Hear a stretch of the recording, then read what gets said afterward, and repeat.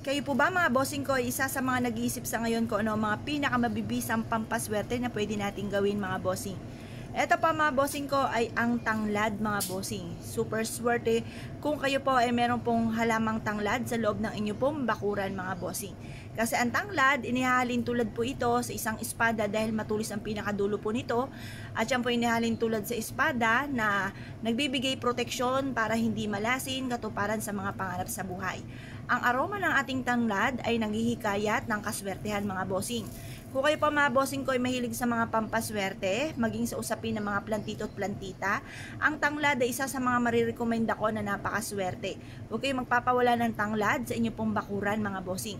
Or kaya ay bumili ka rin sa palengke mga bossing ko na kagaya nito, na pwede nyo isabit sa may bintana po ninyo, para habang kayo po ay nagpapahinga, natutulog, or kaya po ay lagi po kayong umalis ng inyong tahanan ay meron kayong proteksyon. Kapag meron kayong ganito, hindi po kayo talabi ng mga masasamang espiritu or kaya po mga kamalasan.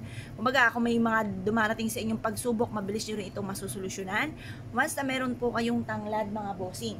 Proven po ito na maswerte basta't may 100% kang paniniwala sa mga gantong mga pamamaraan. Ang gagawin nyo lamang mga bossing ko, talian nyo po ito ng kulay pula. Kasi ang pula ay nagtataboy ng malas, or kaya po mga bossing pwede nyo rin siyang talian ng kulay gold. Ang gold ay for abundance. Pwede rin talian nyo po siya ng kulay green. Green is for money at green for kalusugan mga bossing. Ngayon po mga bossing, magwi-wish ka muna sa may silangan. Sa umaga nyo po ito gagawin mga bossing ko na 6:30 or kaya po ay alas 7.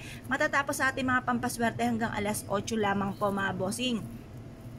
At ito po yung magwi-wish ka ng mula sa inyo pong puso. Sabihin niyo po sa pamamagitan nito ay magtutuloy-tuloy ang pasok ng swerte sa inyo at kailanman na hindi na kayo mamumblema sa pera. Lahat ng mga pangarap po ninyo smooth niyo pong makakamtan. At kung ano man ang mga pagsubok niyo pinagdadaanan ay kaagad niyo po itong pagdadaanan at hindi niyo po ito tatambayan. Mas mainam din po, halimbawa kayo po ay magpapausok, gagamitin nyo po ay uling, pagkatapos mais mainam na gupitan nyo po ito ng palaspas, pagkatapos gupitan nyo rin po ng tanglad, dahon ng laurel, ganun din po ang mga balat ng bawang po natin at sibuyas.